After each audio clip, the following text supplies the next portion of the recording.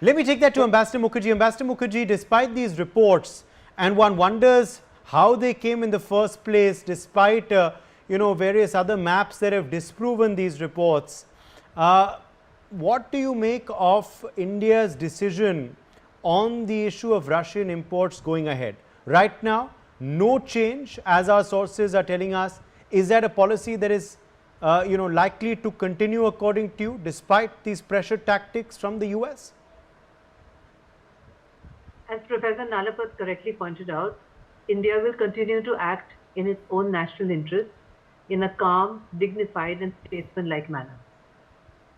As far as Russian oil is concerned, I'm told that the difference between Russian oil at the moment and at the Brent rate is only $2 at the moment.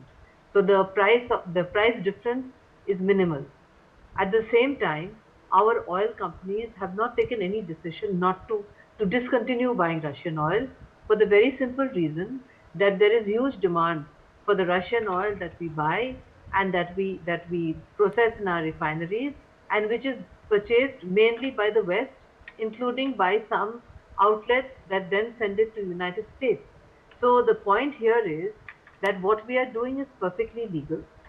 What we are doing is to ensure that our economic progress marches ahead. We are the world's fastest growing economy, even though President Trump unfortunately said India and Russia are dead economies and can go down together. I don't find that very diplomatic or very nice, but he said it in a tweet, unfortunately, not a tweet, in his social harmony, whatever they call it. And the other issue is that we will buy according to demand. I was informed that the demand during this summer season was not very high because of unusual temperatures and weather patterns and a lot of rain. So the kind of demand for electricity that is normally generated all over India was much lower this year. And the rainy season has also come. But demand is picking up in some areas where it has now become exceptionally hot. So the demand is picking up.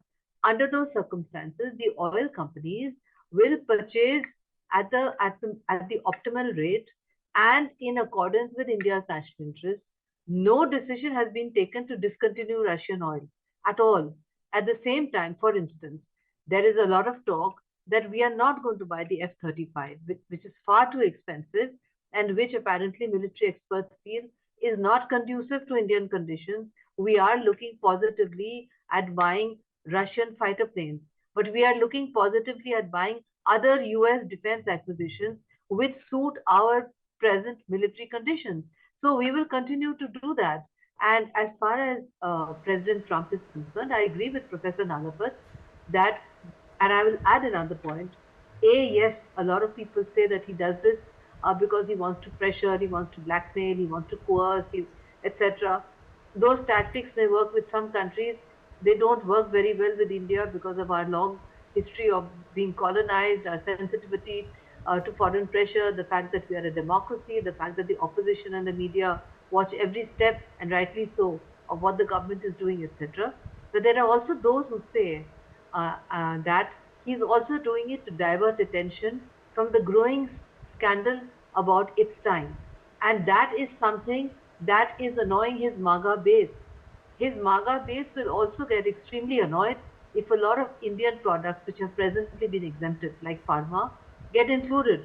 Because, for instance, pharma is hugely important for his MAGA base because whenever you go to United States and if you fall sick, the only thing they offer you is Tylenol. It's not at all like it is in India. You go to a chemist shop, there's such a vast variety and such a well-informed chemist who will tell you exactly what, madam, kya problem hai, and he will take out the medicine, and it is so beautifully priced. It doesn't make a hole in your pocket.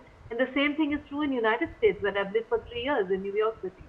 So that will dent his MAGA base. They will not like the fact that Indian pharma has gone up by 25, 30, 35%, whatever he ends up finally.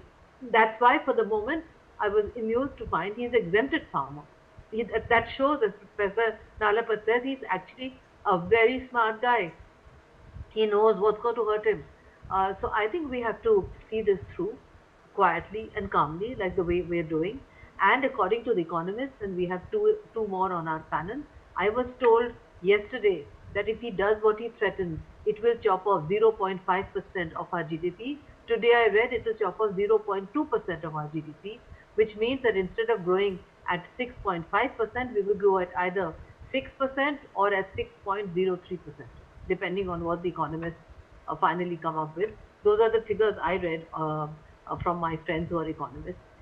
Therefore, it's not going to have a huge impact in any case, but it will hugely impact the Indo-US strategic partnership, and it will also impact people-to-people relations, and it will spread anti-Americanism across India, because for a long time, all American presidents had a huge approval rating in India. Indians felt America was good for us, America was supportive, American presidents were very supportive, etc.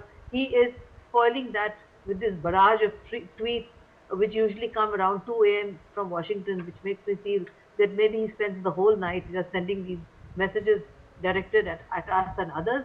Um, it is going to create anti-Americanism, I hope, since he's a smart guy, as Professor Nalapur says.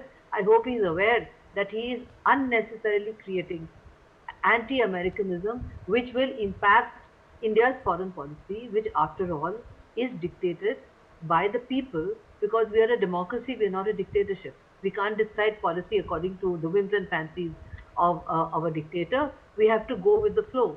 And if there's anti-Americanism, it will be difficult for any government, regardless of who's in power, to continue with the present wide-ranging partnership that we built up carefully with the US over a period of time, beginning, if I may say, from the Manmohan Singh government till today. It was a process that cut across political parties, beginning with the famous India-US nuclear deal.